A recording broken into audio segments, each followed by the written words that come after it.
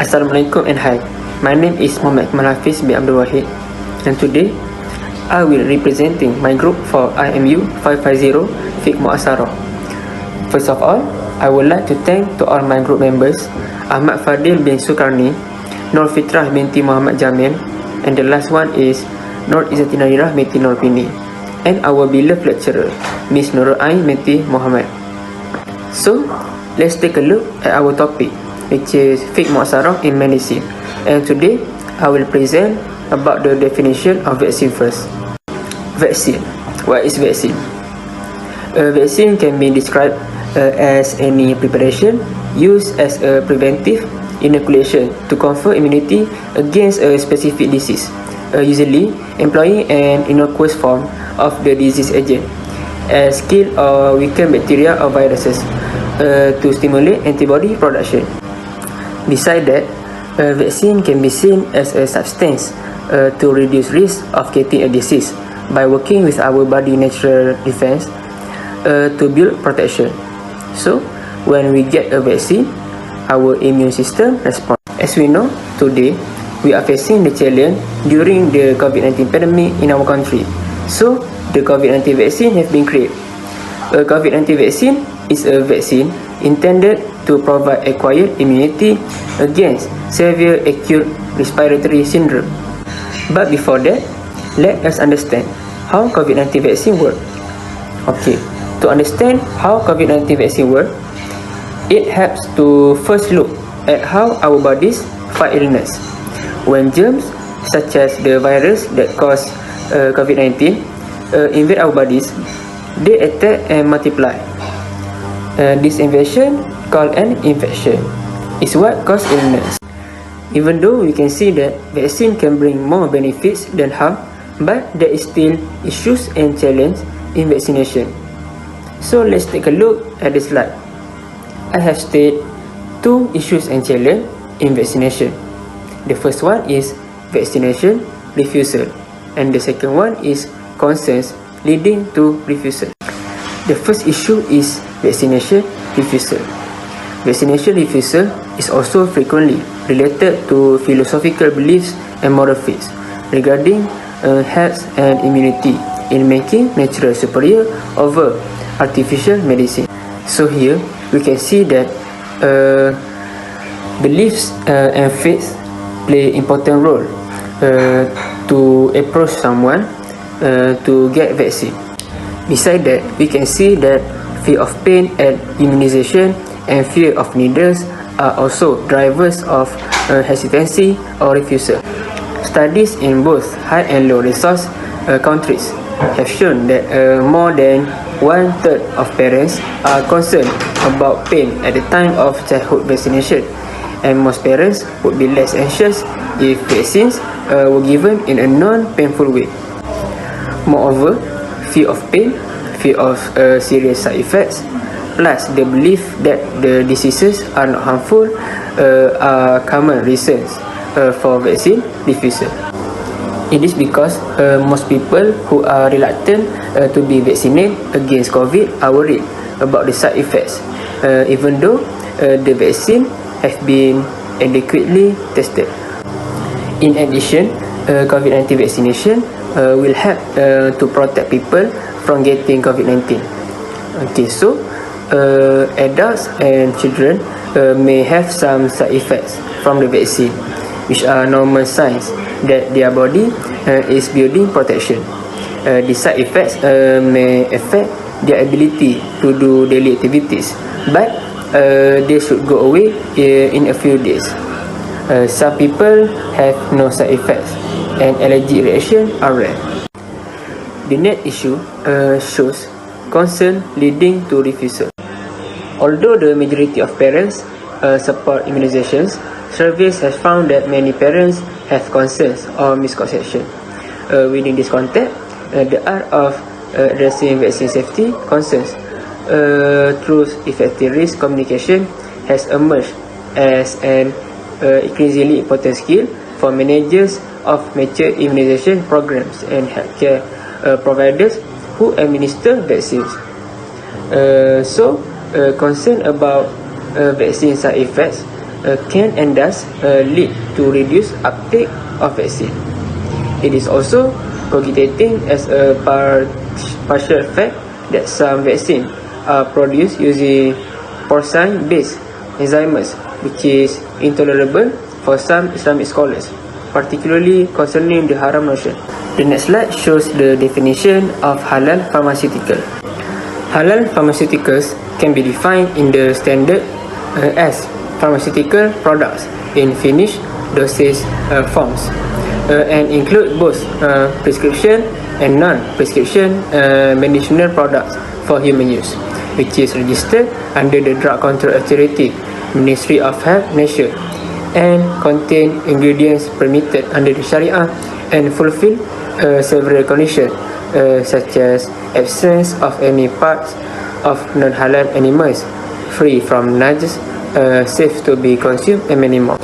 In favor of halal issues, grown and deemed by Muslim and non-Muslim vastly in Malaysia, pharmaceutical industry is entrusted to be one of the halal compliant industries as a strategic economic segment for Malaysia, whether in cosmetic usage or export agenda. In addition, halal pharmaceuticals are drug products that are derived from a permissible source.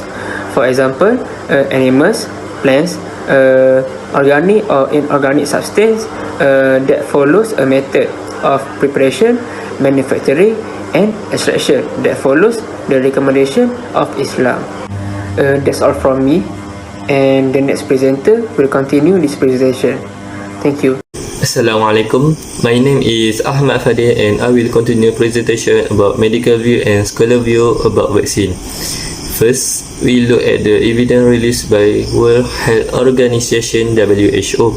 Vaccine contain tiny fragment of the disease-causing organism or the blueprint for making the tiny fragment. They also contain other ingredients to keep the vaccine safe and effective. These latter ingredients are included in most vaccines and have been used for decades in billions of doses of vaccine. Vaccine also contain a blueprint for producing antigen rather than the antigen itself. The vaccine will also stimulate the immune system to respond as much as possible. Next, we look at Director of Health Malaysia and Department of Islamic Development Malaysia, Jakib statement. They agree that vaccination is encouraged to prevent the occurrence of vaccine-preventable disease. At the same time, vaccination is also in line with Islamic teaching, which support the head of preventing harm while protecting life and public interest. Lastly, we look at Ministry of Health Malaysia (KKM). Vaccine can prevent disease as recommended by the government and can be proven through vaccine-treated disease such as smallpox and cancer. Next, we go through scholar view. From Mufti of Penang, Datuk Seri Dr. Wan Salim, he agreed to implement compulsory vaccination that effective from 3 June 2021. Meanwhile, from Muasarah Committee meeting Perlis, Mufti Muhammad Asri Zainal Abidin, he allowed vaccine even from non-halal content. He also said even if there is an ingredient which is not permissible, the chemical transformation process will make it clean and halal.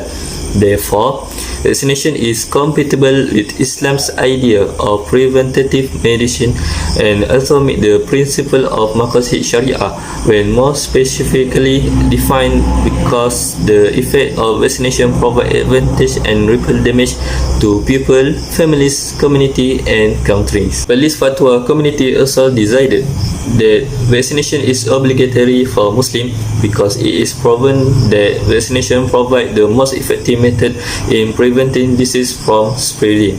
Next, from Muasarah Committee of National Council Fatwa in Islamic Affairs, vaccination is harus and compulsory to those designed by the government in Malaysia.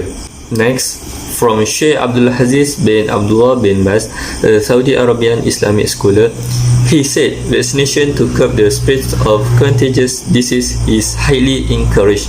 This is achievable by applying the Islamic sub-legal maxim, which is greater harm should be prevented by committing the lesser harm. Next, from Dar al-Ifta Egypt, former Mufti of Egypt, Sheikh of Dr. Ali Jumaah, he said that vaccine prevent any disease is a kind of treatment that is protective, and it is something that is demand in terms of Sharia and is urged by Islamic Sharia law.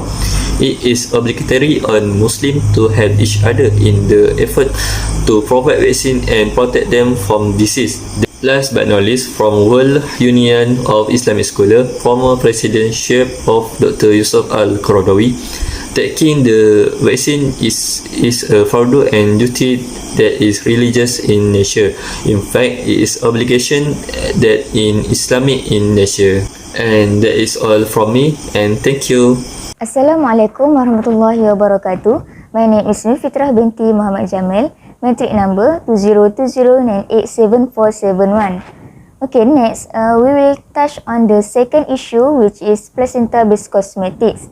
So, before we dive in detail about placenta-based cosmetic, we should know first what is meant by placenta. Okay, in general, the placenta is the connecting organ between the fetus and the mother for most mammals, and it serves as a supplier oxygen and nutrient to the fetus, as well as a channel for the outflow of waste products from the fetus. Usually used in placenta cosmetics are extracts from animals such as sheep, cows, pigs, and even human placenta. Okay, similarly, it is rich in blood vessels and it will come out with the fetus during the birth process. So, here it is clear that placenta can be obtained from farmed animals, and of course, it is taken after the animal has given birth, and this situation illustrates that the placenta is taken after being separated from the fetus and its parent naturally. However, it is undeniable that in this modern era, almost everyone uses cosmetic products, right? So, what can I explain about cosmetic product? That product used on the external part of the body on the better known as cosmetic and grooming products, such as serum, lotion, shampoo, and so on. For your information, nowadays there are various forms of placenta available in the market, such as pills or capsule, injection, creams, and others. Next, we move to placenta uses in cosmetics. Okay, there are several functions on it, which is it can help encourage tissue growth. Next, it can reduce the signs of aging, what we call anti-aging, and then it can treating damaged cells. Next, it can increase skin tension and elasticity, and the last one, it also can moisturizes the skin. Thus, it is proof that placenta is known as an anti-aging drug, where the main function of the placenta in cosmetic is to stimulate cells renewal in the body and in turn help slow down the human aging process. Therefore, in order to produce a beauty product or product cosmetic, the placenta must be processed first into a source of extract before being used in the product. Thus, there is an example of processing method for producing an extract source. The method is as follows. Firstly, after taking the placenta from the animal, the supplier will send the frozen placenta to a factory. Next, the placenta will be thawed and then will be examined, selected, and washed clean. Okay, this process is very important as it the first step to producing a quality placenta extract. After that, it is continued with the process of protein decomposition by using hydrolysis equipment. This process needs to be done because it can reduce the smell of the placenta. And then followed by a screening process where the placenta will be inserted into a filtration machine. This process is intended to filter and select quality compounds. The next process is the fermentation process, by repeating the method of freezing and thawing. The purpose of this process is done because to get rid of the impurities present on the compounds, then followed by the heat sterilization process. For cosmetic uses, the compound is put into ultra-high pressure machine to produce a germ-free and high-quality placenta extract. Finally, repeat the screening process on the compound. Thus, the final product is the placenta extract for use in cosmetic product. However, in relation to this placenta, there is an issue that arises, that is the status of cosmetic products containing hydrolysis placenta protein sourced by pig. This issue is quite serious to comment on as involve halal and haram. Before we comment further, we need to understand first what is meant by hydrolysis. Okay, hydrolysis is a chemical reaction when a compound reacts with water to produce another compound, and this process is a common technique used to extract gelatin from the meat, bones, and skin of animals such as pigs, cattle, and fish. The purpose is to produce food products, medicines, cosmetics, and others. Alright, through this issue, is it sacred to use? Okay, to answer this talk, as we know, pigs are animals that are forbidden for us to eat, and the pigs are categorized as feces. The proof is found in the Quran that Allah Subhanahu wa Ta'ala forbids His servant to eat carcass, blood, and pork. Therefore, it is clear that the law of using pork-derived material is prohibited even if it is applied to limbs or clothing. And this is because of its status as a feces mughalazah and not used for emergency reasons. Okay, that's all from me, and I will pass it to the next presenter. Thank you. To continue this presentation, I will present about fatwa placenta in cosmetic product. There are fatwa that have been issued from Indonesia and Jordan regarding to the placenta. First, we go to the Indonesia. The Indonesia Ulama Council issue a fatwa decision on the adoption of halal animal placenta for cosmetic and internal medicine. The important decision made in the fatwa was first is allowed to use placenta derived from halal animal for external cosmetic and medicine outside. Secondly, the use of the placenta derived from halal animal carcass for cosmetic and medicine it is illegal. Through a fatwa from Indonesia, Ulama Council MUI has stipulated that the source of placenta must be from a halal animal. Why? Because the opinion of this fatwa from the Indonesia Ulama Council MUI is based on the Maliki school, which is condemned the placenta of animal as scarred. This fatwa from Indonesia also limit the use of the placenta for external purpose only. Nextly, according to a fatwa issue by Fatwa Mufti Sheikh Abdul Karim Al-Kasauni of Jordan, there are no obstacle in use of the placenta of halal animal to be eaten meat such as a goat and horse for medical and beauty purpose, as well as other permitted use, provided that the placenta must of the fetus that has been slaughtered by its mother. This is because it is a part of the scar and edible part of the animal. Then should use and eat it is clean from blood. Based on this fatwa statement, it shows the placenta is a scarred and halal part of the animal organ utilized for medical purpose or the like. But the fatwa text confirm that the requirement must be subject to the main condition, namely, first, the animal must be from halal category eaten, and secondly, its retrieval is by method Islamic slaughter.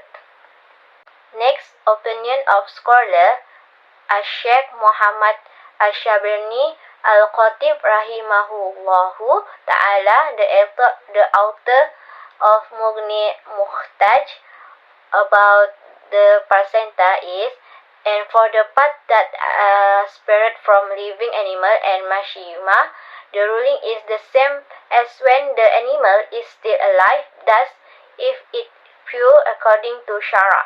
While it was still alive, then it is rule pure, while the animal is najis, impure according to Shara. When it was alive, thus it is ruler as najis. Secondly, is opinion from in Asia Ashabarmalisi about the placenta is, and from the placenta that rape, the child is ruled as pure. However, placenta other than human placenta is najis. Nextly, about medical review for issue placenta is from Dr. Syaril Effendi bin Shu'ib, Assistant Director Healthy Technology Assessment Section Mahtas, Minister of Healthy Malaysia. There is no recoverable scientific evidence regarding the safety and effection of the placenta for cosmetic purpose and cell regeneration. Nextly, hukum placenta in cosmetic product. The hukum of placenta in cosmetic product is must. This is because it's based on the decision to use placenta in cosmetic product that has been decided by Lajna Al-Ifta 2030 in collaboration with Mufti Sheikh Abdul Karim Al-Kasani, Jordan, and the Indonesia Ulama Council MUI 2011. Lastly, the conclusion. The conclusion is it may be stated that Islam places a high value on healthy care and advises everyone to take action sooner rather than later to avoid something harmful to the body. Secondly, Islam is a complete religion that offers a general guide to the entire Muslim community in all aspects of life, including healthy. That's all from our group. Thank you.